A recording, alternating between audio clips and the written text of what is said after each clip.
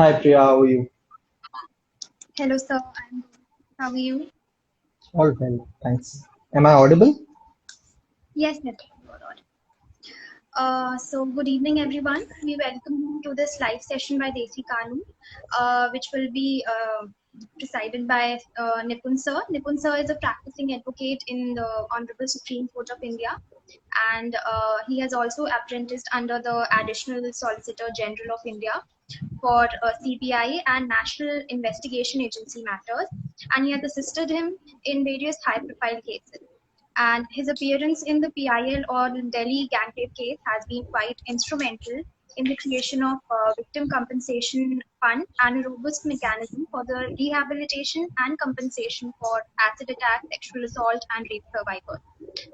His critique on communal violence bill was not only documented by the Parliament of India in their volume, but it was instrumental in the formulation of a new bill. In addition to being a visiting faculty at the National Law University Delhi, Sir has also been conducting arbitrations across Europe in various institutional arbitration forums. And in addition to this, Sir has argued the first representative class action suit against leading crypto brokers and trading platforms, which brings us to the topic of discussion of today's live session, which will be dealing with the legal paradigm of the cryptocurrency regime. So I hope the session is insightful for you. You can post your questions in the comment section below. That will be dealt with by Sir at the end of the session. So over to you, Sir. Thank you so much for such an elaborate introduction. So the topic that we have chosen for today is regulation of cryptocurrencies, yeah, and the murky waters that surround the crypto environment as such. Now, before adverting to what regulatory mechanisms will apply and how to, and what are the challenges that the crypto ecosystem faces, it would be very important to see what exactly is crypto, how does crypto function, and why are there so many challenges that we see today with crypto? Yeah. Despite Supreme Court's judgment on the point, which was as recent as on the 4th of March 2020. Now, cryptocurrency is basically two words which have been combined. Crypto meaning secret or hidden, or one could, in modern parlance, one could also say secured rather than just hidden. And currency being money, of course. But the problem lies in the very identification of cryptocurrency. Whether cryptocurrency could be called goods, whether they could be called security, whether it could be called money, or whether it could be called currency in that sense. Because depending on what you call it, the law regulating the interaction between two crypto trading enthusiasts or crypto transfer between a buyer and a seller, the entire paradigm would change and would differ accordingly. Yeah. So before we come to that, let's begin with how it all started. In 1990, there was this gentleman by the name of David Lee Chong who launched something called DigiCash. Within 8 years, he filed a bankruptcy, and so DigiCash was called DigiCrash. It was only later on that somebody by the name of Satoshi Nakamoto developed a white paper in August 2008 and sent it across to another gentleman by the name of Adam, who was already dealing with a version of DigiCash. Until that time, what was happening was that the idea was to see whether virtual currencies can transfer or whether virtual currencies can change hand from one person to another. Which is to say, can you buy or sell? Can you lend digital currencies? Until that time, one of the biggest problem was that peer-to-peer it was fine, but the moment somebody were to defraud you, the problem arose because there was no legal recourse, so to say. So, and also people did not trust the banks after 2008 subprime mortgage crisis because many people who had invested a lot of money went bankrupt because the banks itself crashed. So I think the development of crypto began with the relative uh, trust deficit which was created between investors and of course the advantage was taken by the likes of Mr. Nakamoto, who came out with a very viable solution saying that, all right, we will create the same digital cash transaction, however, using something which was called an open database ledger system or a distributive ledger technology. Now, what happens with the distributive ledger technology is, suppose Priya is about to make a payment, and that's how cryptocurrencies usually work in traditional sense. Yeah. So Priya will purchase Bitcoin. A Bitcoin would use two specific interfaces. One, a specific address, which is Priya's address, and second, a coin which can only be accessed by Priya.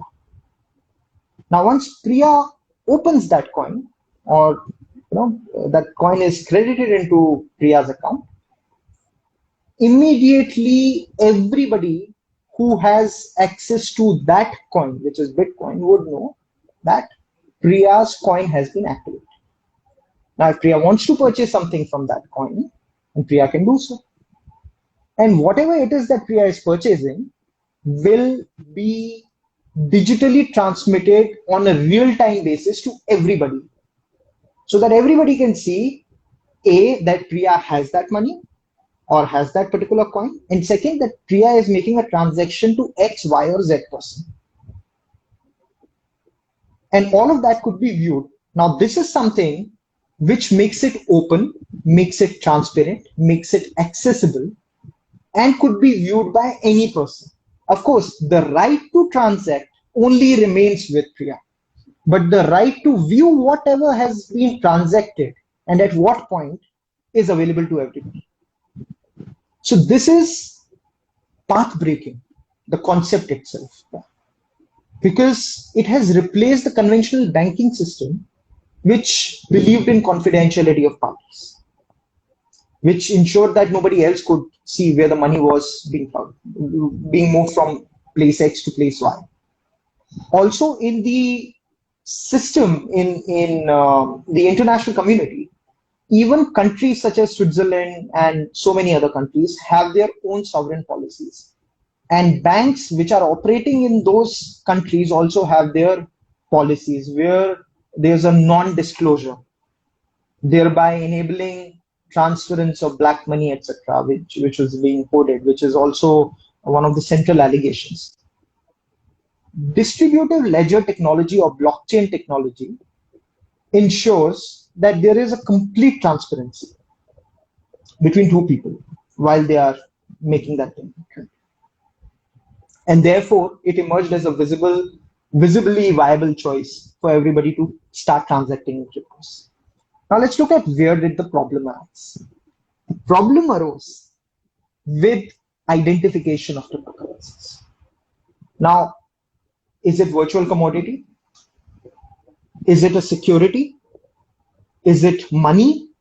Is it a non-sovereign currency? And does it have a legal tender? Are all those questions that immediately came.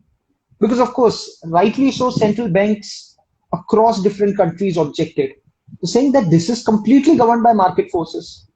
I don't know what will be the value of cryptocurrency on day 1 versus value of cryptocurrency on day 5. And it is not to say that the value of cryptocurrency is only escalating, it can also fall. Now, if one were to draw parallels with shares, because usually people say that even shares are virtual in nature because they are in dematerialized form, and therefore there's a tendency to draw comparisons. In share trading, there is somebody who is watching the entire transaction as a regulator, which is SEBI in this case, right? In case of cryptocurrency exchanges, also there are other factors which distinguish share trading from crypto trading. One of which is that in shares, you have to first get your company listed on the stock exchange. You have to then conform to a series of disclosures that you have to make to the regulator, to the acquiring company, etc., under the SAST regulations and other regulations. It's mandated under the SEBI Act of 1992. But what happens with, and also that most of the transactions can only be carried out if your company's stocks or shares are listed on that platform. So stocks that are listed on NSE can only be traded on NSE. Stocks that are listed on BSE can only be traded on BSE. There can't be an interchange, so to say. With cryptocurrency, forget stocks, forget companies. A person sitting in Ukraine may trade in India. And a person sitting in USA may want to purchase a property in London using cryptocurrency company which is based in France. A portal whose servers are now based in Dominican Republic. So when you see all these things, it becomes very, very difficult as to how to regulate it.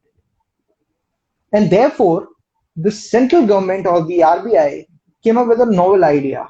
And on 5th of April 2018, it decided to ban it altogether. It banned it by issuing a circular which was preceded by a working paper. Now the circular said essentially 2-3 things.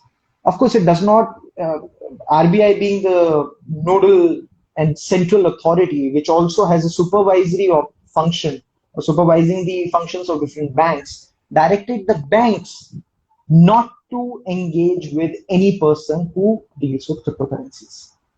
Second, if you are dealing with them, we'll give you a 3-month window in which you can phase out these operations. And thirdly, on and from that date onwards, any trading must stop forthwith. Now, this sort of a crypto ban was unprecedented in its approach, and this was also discussed and deliberated at the G20 bank summit, not the G20, but the G20 banks. The IMF also released a working paper on the same, and the International Banks for Settlements, IBS, also came out with 3 working papers talking about the length and amplitude of cryptocurrency function, and also whether it was justified on the part of RBI to have come out with a ban. Now, there were a group of petitioners who challenged it directly before the Supreme Court of India. On the earlier occasions, the Supreme Court directed them to make representation before the RBI, and RBI was directed to decide that a representation as expeditiously as possible. But we all know what happens to those. So within a period of 2 years, there were another bunch of writ petitions. It said that, sorry, a complete ban is not an answer to it, and we need to be able to operate it. In fact, one of the traders had an amount of 12 crore rupees stuck because one of the banks, the Central Bank of India, went ahead and decided to freeze the account. Went one step further from the notification and froze the entire account. So a 3-judge bench of the Honorable Supreme Court of India was called upon to answer as to what to do. A, whether RBI can pass such an executive order by way of a circular. Second, does the RBI have the statutory competence to do so? Third, even if it has done, assuming that it has done, whether cryptocurrencies could in fact be regulated or not, and whether short of regulation you could have taken such a drastic step. One thing is regulation, another thing is prohibition. You went ahead and prohibited the entire scheme of things, right? And so the Supreme Court had to decide. Now there the RBI took up a stand. Of course, SEBI was also called upon to say that, look here, is there something that you can do about it? SEBI filed an affidavit dated 27th of March, 23rd of July, 2018, saying we want to wash off our hands. We are not the competent agency to regulate cryptocurrency transactions in India. So the buck again stopped with RBI.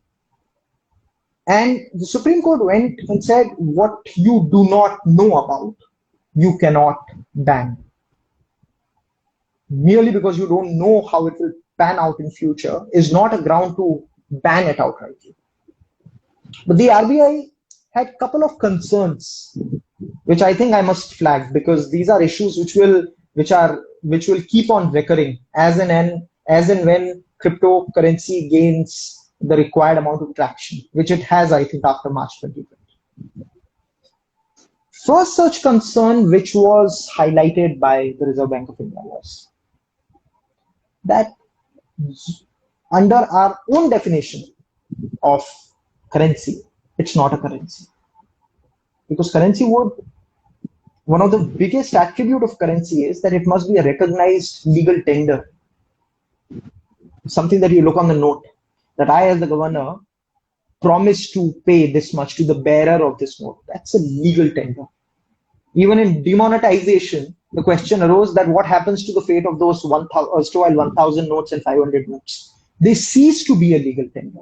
So what do you mean by legal tender? Legal tender is anything which has some value when a creditor gives money to a debtor. And the creditor can receive something in return. And that has to have some value in the eyes of law. And that, by definition, is legal tender. Now, digital currencies or virtual currencies, are they legal tender? The question was a difficult one to answer. And therefore, the Honorable Supreme Court of India went to different jurisdictions to find out what is the legal status of cryptocurrencies. Now, in some countries, cryptocurrencies have been defined as commodity, as a good. Because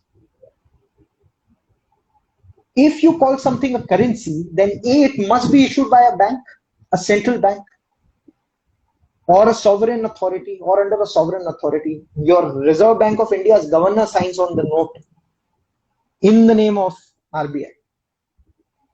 But virtual currencies are not something that you can see, touch, or feel.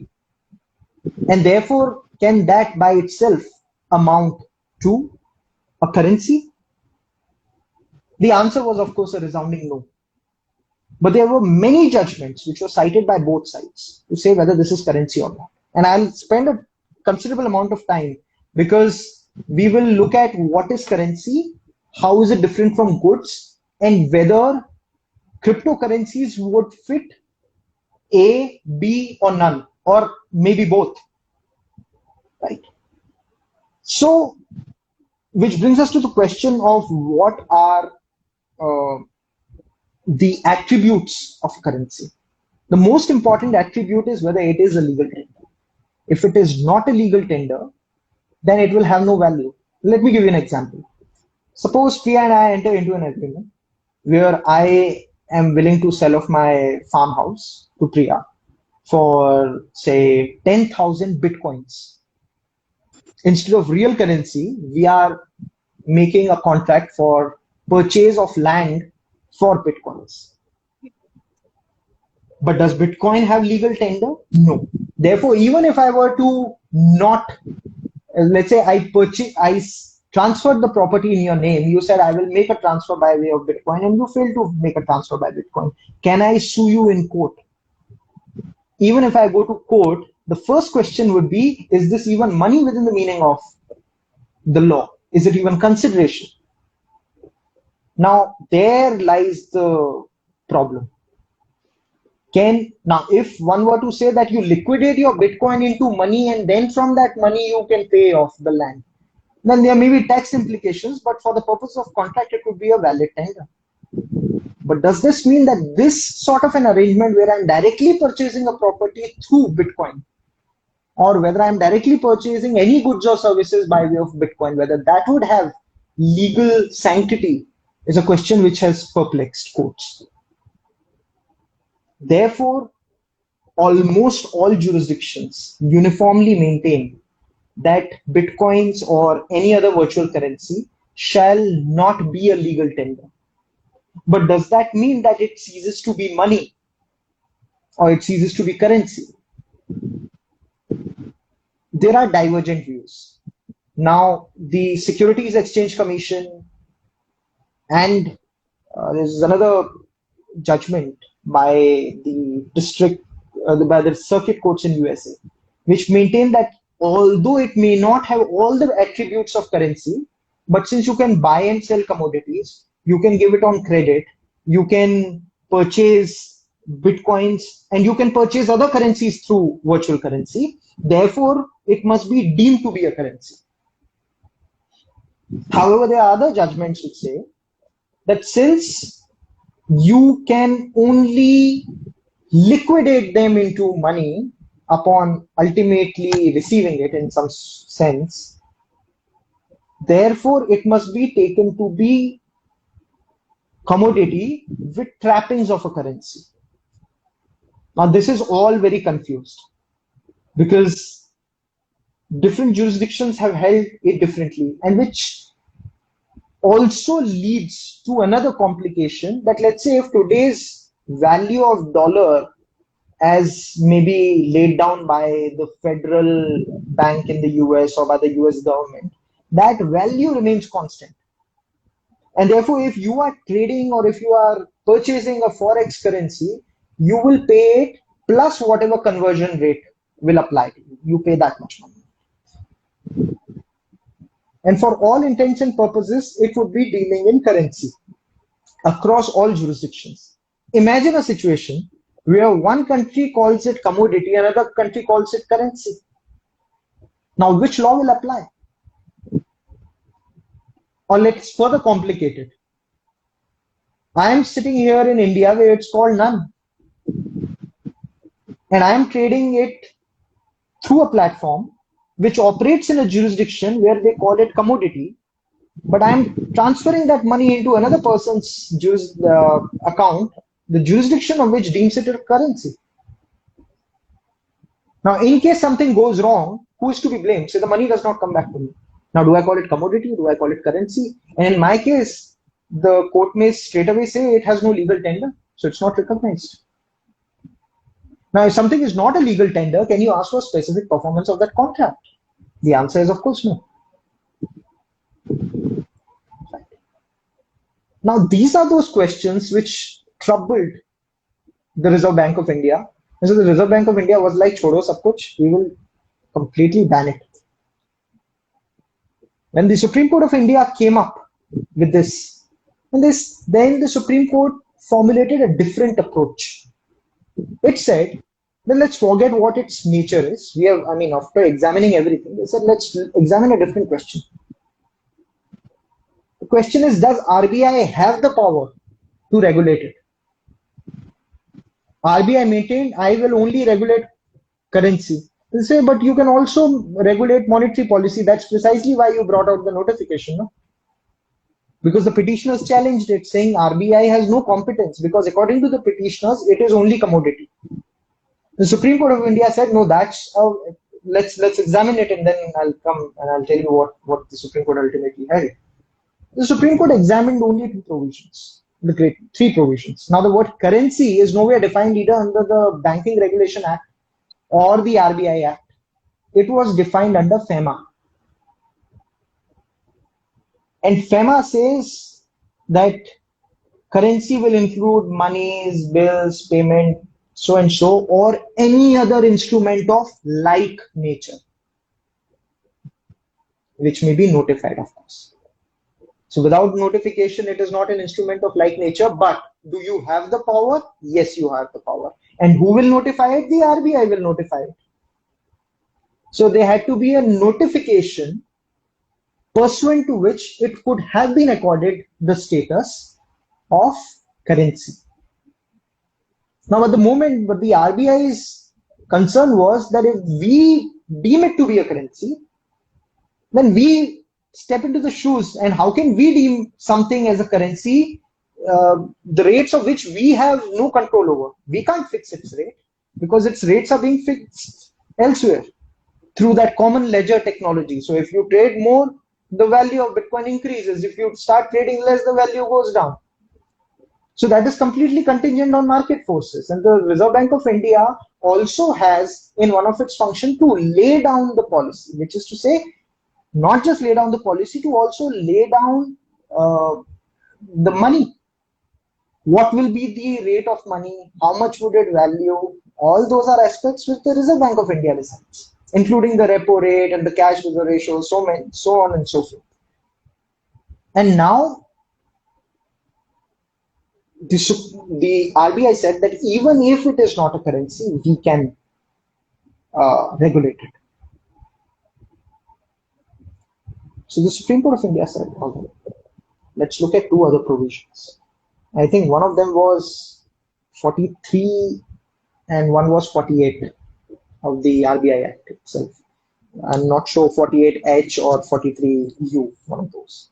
And there the Supreme Court said that yes, you can, because you have that power. In fact, it was 45U, because there it was defined. What was defined was money market instruments, and virtual currencies could fall within the ambit of money market instruments, right? And under Section 45W, the Supreme Court said that the RBI also has power to regulate other instruments of like nature. The same thing that the definition of currency was imported from FEMA. So in response to question number one, whether RBI is competent to regulate cryptocurrency, the Supreme Court gave a thoroughly affirmative response saying, yes, it is. Yes, it can. Whether it chooses to regulate is a different question. The RBI instead chose to prohibit it, which is why the first question was answered in favor of the petitioners.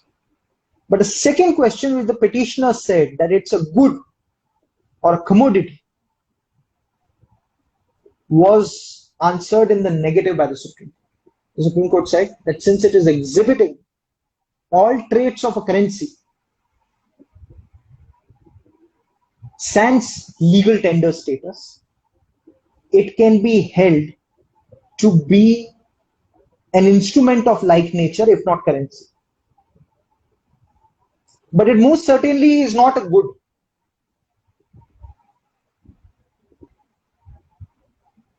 Goods, by their nature, can be bought, sold. But currencies, because if you are using this virtual currency to purchase currency, then it may not fall within the definition of commodity, is what the Supreme Court said. Now, of course, there were other modes and means which define and which identify what a cryptocurrency is, but we are not getting into all of that, right? So in a sense, what the Supreme Court said is that we understand that cryptocurrencies can be transacted, they can be regulated. The petitioner's contention that since it is a commodity and not a currency, and therefore RBI cannot regulate it, has no substance. RBI has all the power to regulate it, but RBI in the guise of regulation cannot ban it.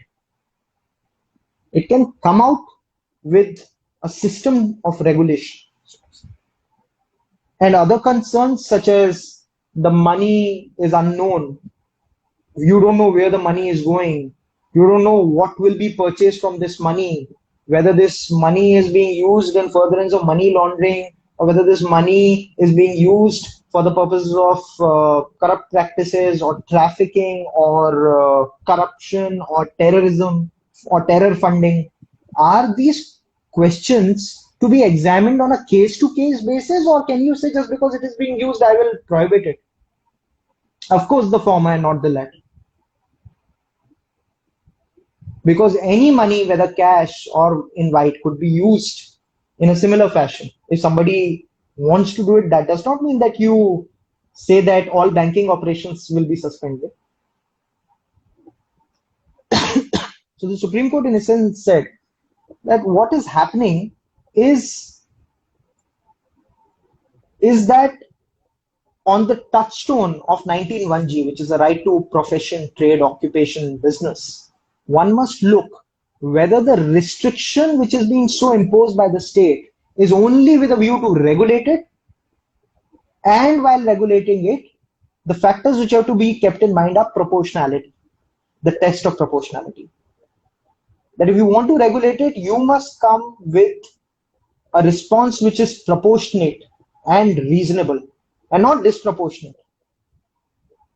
So you can't ban it altogether because that is considered to be disproportionate.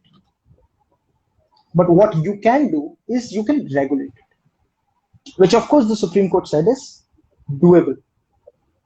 Now, back in US, the Securities and Exchange Commission revealed of a very interesting case that I must share with you. There's this guy called Trender Shavers who opened up something called a Bitcoin Savings and Trust Company, VTCT, and invited people to invest their Bitcoins, saying that if you invest your Bitcoins in my company, I will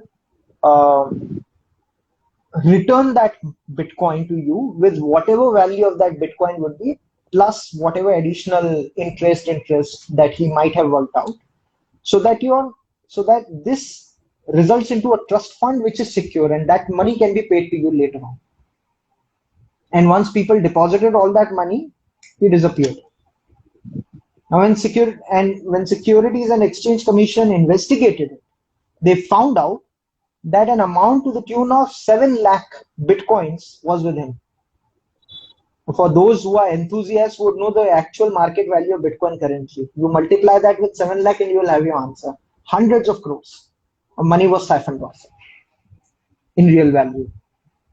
When the Securities and Exchange Commission came on to investigate and dragged this guy to court, he said, but this is not currency. And since it is not currency, it is not security. Since it's not security, Securities and Exchange Commission by definition cannot investigate. And therefore I must be let go of. So the circuit court there had to decide, or the SEC court, special SEC court was called upon to decide whether it would again fall within the definition of security or not. So in that line of judgments, the SEC held that what was done by Shavers was duping people of their security, and to that extent Bitcoin is a security, and therefore it would fall within the jurisdiction of the Securities and Exchange Commission of US. On a different front altogether, I mean, of course, this was followed by Ulbricht and Paya case, which were also taken note of and presidential service before the Supreme Court of India. However, on a completely differential tangent, there was another series of cases which were decided by by not the same statutory authority, by a different statutory authority in the same United States of America, where they said, no, it's not currency, it is commodity, right? And this was done by the CFTC in all those series of judgments, where they said that this is commodity and not. Now the question is, how do you, again, we come back to the same question, how do you define cryptocurrency? I think my definition would be that it is cryptographically stored digital representation of perceived value of a thing, which uses peer-to-peer system. The other system, of course, is when there's a central agency which controls the dynamics, or a regulator or a central bank. In this case, there's no central bank, there's no regulator. It's a peer-to-peer exchange of perceived value of a thing. Now, what do you mean by perceived value? Because today's perceived value may not be tomorrow's value. So the value is perceived. What it is today may not be tomorrow or day after. And that is what makes it very volatile. Now, the RBI also tried to raise one more very important point, which I must place, is that we are also concerned, and it is also a statutory objective, to ensure that the markets in India are financially stable, that they are protected from these crests and troughs, the volatility, which is a hallmark of virtual currencies, as we have seen. People would recollect in 2017, Bitcoin dropped drastically. Or in 2017, it went up, 2018, it dropped drastically. During lockdown, we saw another thing with the Impex trade where crude oil prices went in negative value for the very first time. In the very least, a crude oil barrel can be $0 or $0.1. How can it go even below that, right? And people were sought to be prosecuted to pay back the money. And that resulted in another stream of litigation across the world, including India. But at least in sort of a crude oil barrel, you have something to look at. It's tangible. What to do with a cryptocurrency, which you can't, which only transfers. It's not a commodity in that sense of the term because it's intangible. It can't also be qualified as service unless you are performing something, right? Therefore, is it amenable to Goods and Services Act? The answer is no. Now, why we are discussing all of this is because this is precisely the murky aspect of cryptocurrency. While one law may say in one jurisdiction that this is a deemed currency for the purposes of X penalties, another law may say that it is a commodity for the purposes of Y proceedings or Y penalties or Y compliances. Right? So that, to my mind, is what has happened with the Supreme Court. Now let's look at what is the after March 2020, what has happened to the crypto space. Of course, it has boomed. There's been a lot of trading which has been going on. And so what has happened is, there's one thing. People have started coming up with their own currencies using distributed ledger technology. Now, DLT ka algorithm is an open source algorithm, which is to say you and I can use it. All that we have to do is create our own virtual currency, put it up on internet. But the next question is it that easy? Of course, it's that easy because of crowdfunding campaigns. How do you raise money? SEBI regulates something called IPO, right? Before a company launches its shares, it launches what you call an IPO, an initial public offering. In terms whereof, a particular company will initiate an IPO, and that IPO, the mode and manner in which that IPO is to be launched, the mode and manner in which it is supposed to be regulated, are those vital aspects over which a complete oversight is ensured by SEBI. Say in IPO, you cannot go for an entire IPO. You have to first tell them how much percentage of shares are you throwing open for the public. You have to apprise the public. You have to close that IPO within a specific time and date. Now, if you are unable to raise the proposed amount of money that you wanted to raise, then you have to return it. If you don't return within a particular period of time, then there's a penalty. Now, why I'm telling you all of this, all these aspects, is because you would see that every step, the regulator, which is SEBI, is there to protect your interest as an investor.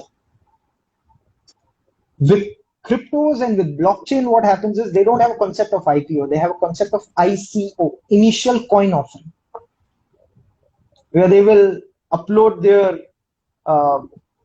proposal. Many people call it white paper. And on the basis of that white paper, which is publicly accessible to everybody, they will look at it and they will make a decision whether to invest in the ICO or not. When they invest in an ICO, it's a particular amount of coins that they can purchase. The biggest problem with initial coin offerings is there is no way or method to ascertain what is the underlying objective other than the white paper. Now, if the white paper is forged, or if it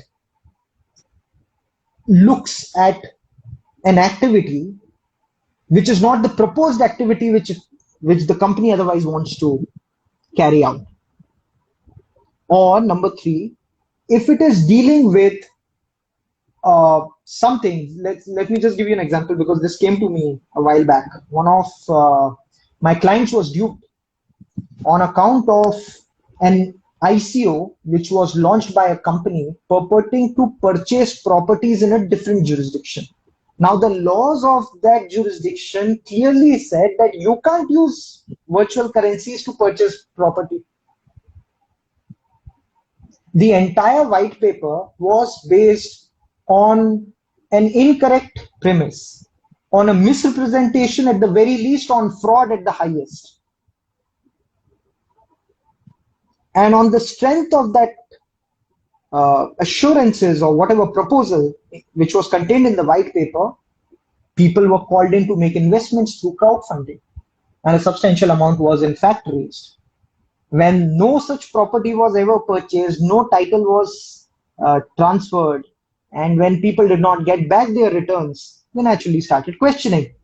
When they started questioning, when they started examining, the fraud came into light. I'm not even saying it's fraud. I'm saying the misrepresentation came into light. Right?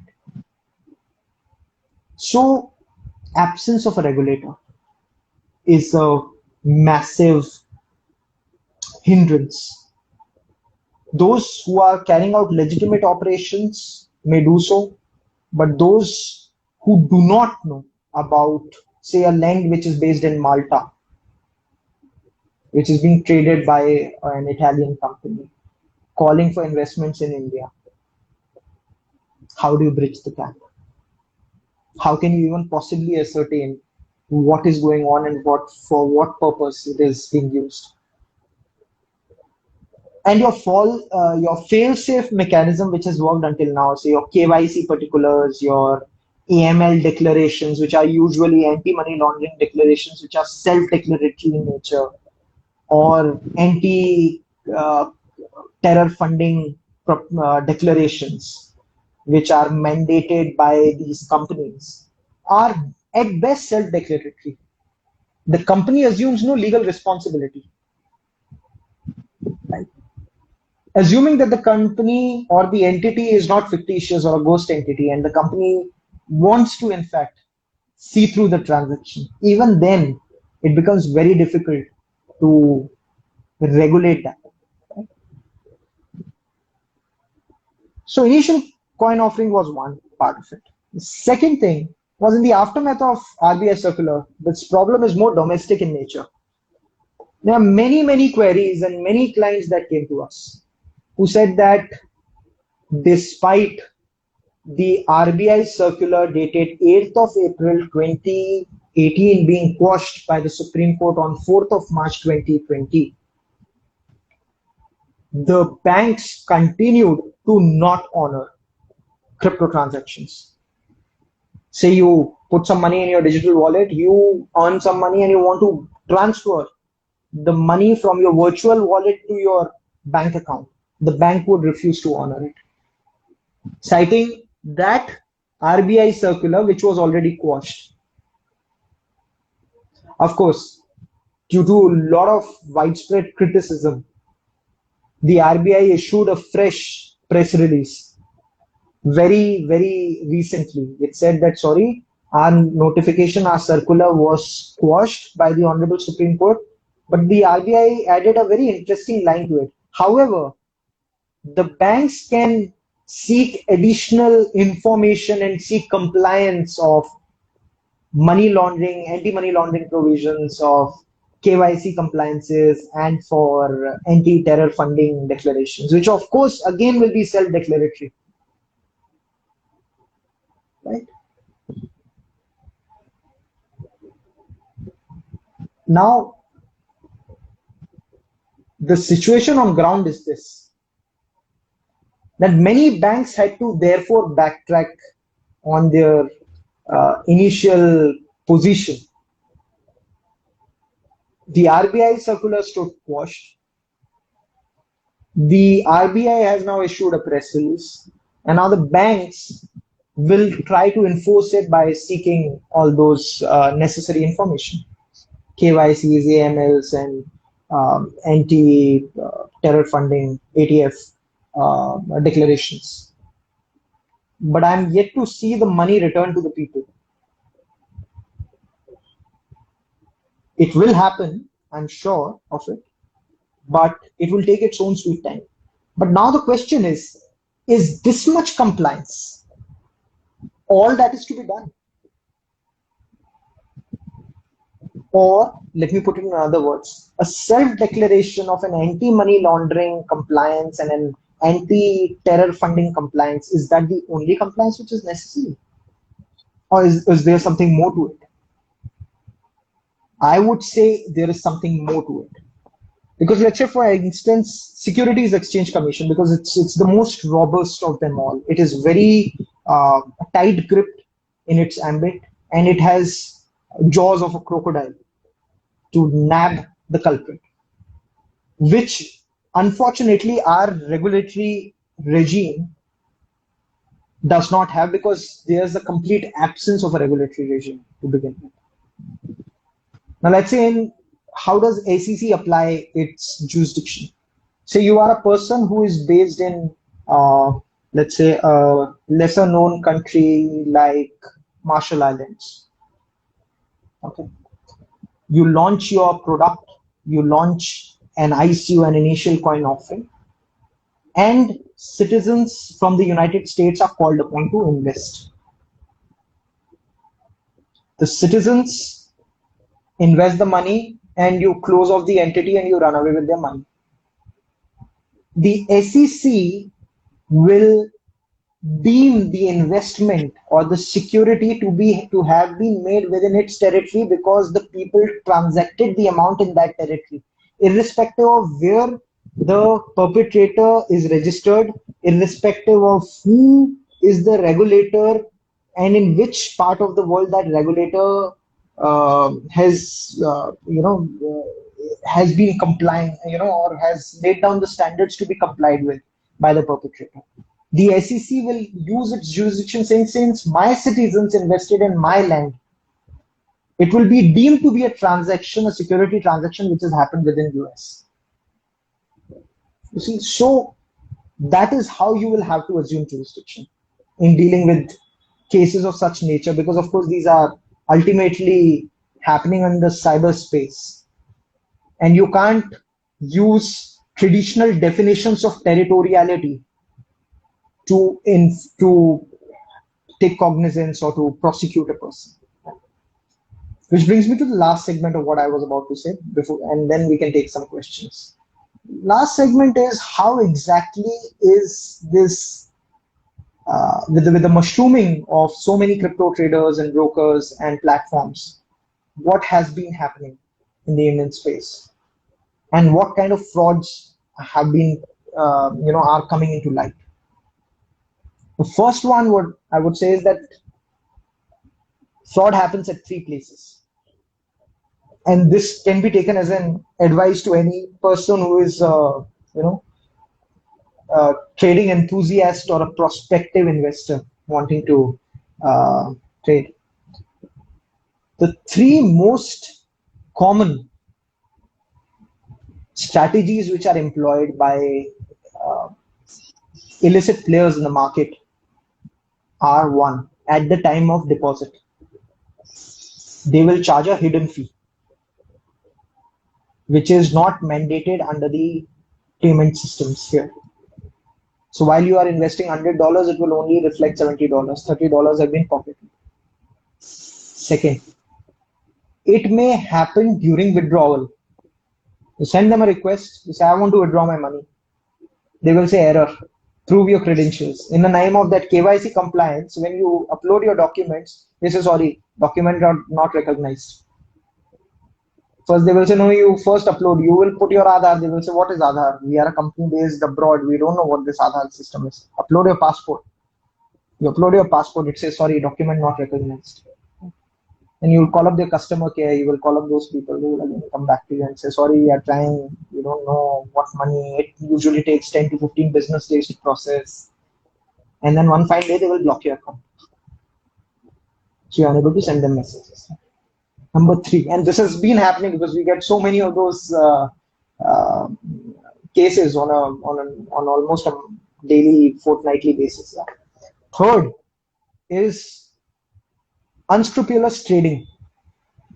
We say the value of a particular currency online through open ledger account, through DLT or distributive ledger technology is something. Say the value of coin X is 10,000 rupees on one at one given point of time. But what is being reflected on the screen of that platform is 9,000. So that difference of 1,000 rupees is pocketed by the person, by the traders. So whenever you are about to trade or whatever it is that you want to do, invest or whatever it is, because of course investment or trading is not prohibited as on date. What is not there is a regulator to enforce.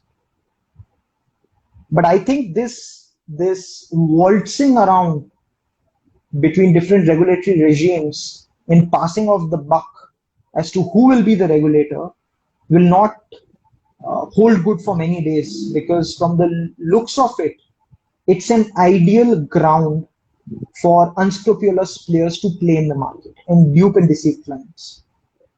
And this is precisely what is happening, unfortunately, from the number of requests that we receive.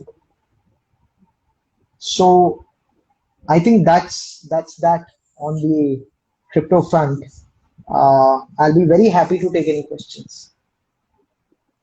Okay, I think we have three questions. Achinti asks, isn't it the same thing as shares? Even shares cannot be used to buy and sell products. Even shares could?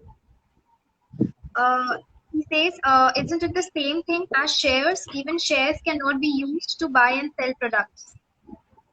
They can't be. Therefore, shares, but shares do have a regulator, no? If you are trading in shares, then pledging of shares is warranted. If they are in whatever form, demat or otherwise, or in any other format, there are regulators which will take care of all those contingencies. With cryptocurrencies, there's not.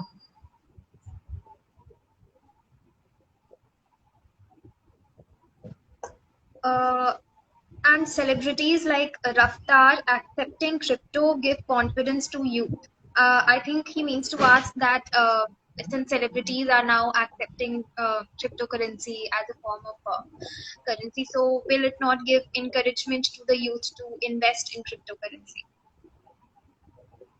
Well, if they are accepting cryptocurrencies, then they must also be mindful of the fact that the moment they will transfer their cryptocurrencies into fiat currencies, at that point of time, they will also be charged with a capital gains tax.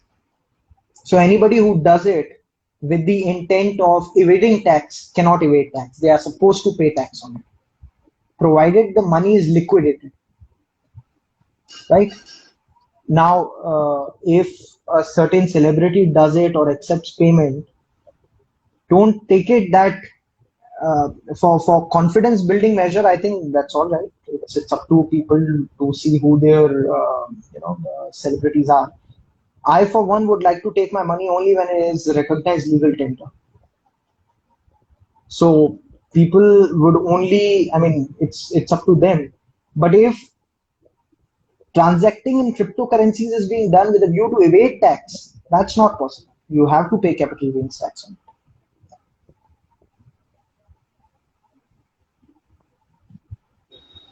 How will you explain Elon Musk has invested in Bitcoin?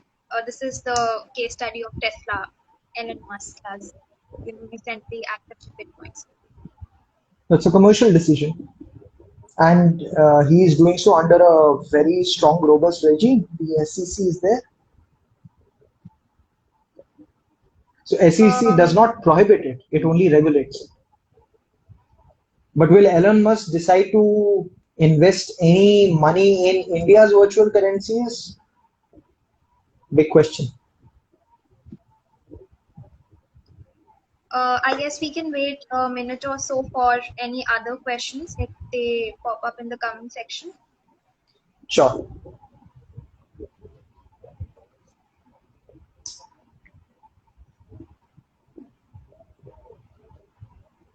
Akshay has asked a question. The influencers who might influence the price of a coin, will they be liable for price manipulation? Well, if somebody is influencing a person to purchase, it is still your decision whether to purchase it or not. People, it's like saying that a particular brand is being promoted by a celebrity, and if that brand is known to contain carcinogenic substances, can you prosecute the celebrity in question?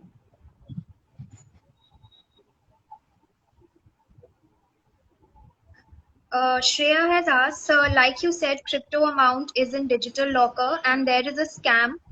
When we want to withdraw shows error. Will the same be applicable to digital gold as the amount is in digital locker?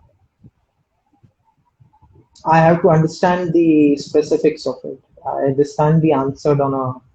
If there's any specific question, it can be redirected to me. What digital locker? What digital gold? What is the platform? Too many variables.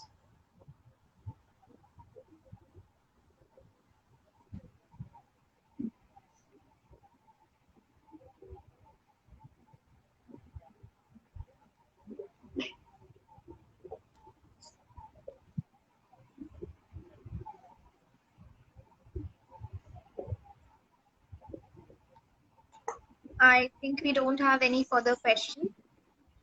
So thank you, sir, for your time and this insightful session. And thank you guys for attending this. And we'll be sharing the video on IGTV so you can access it later.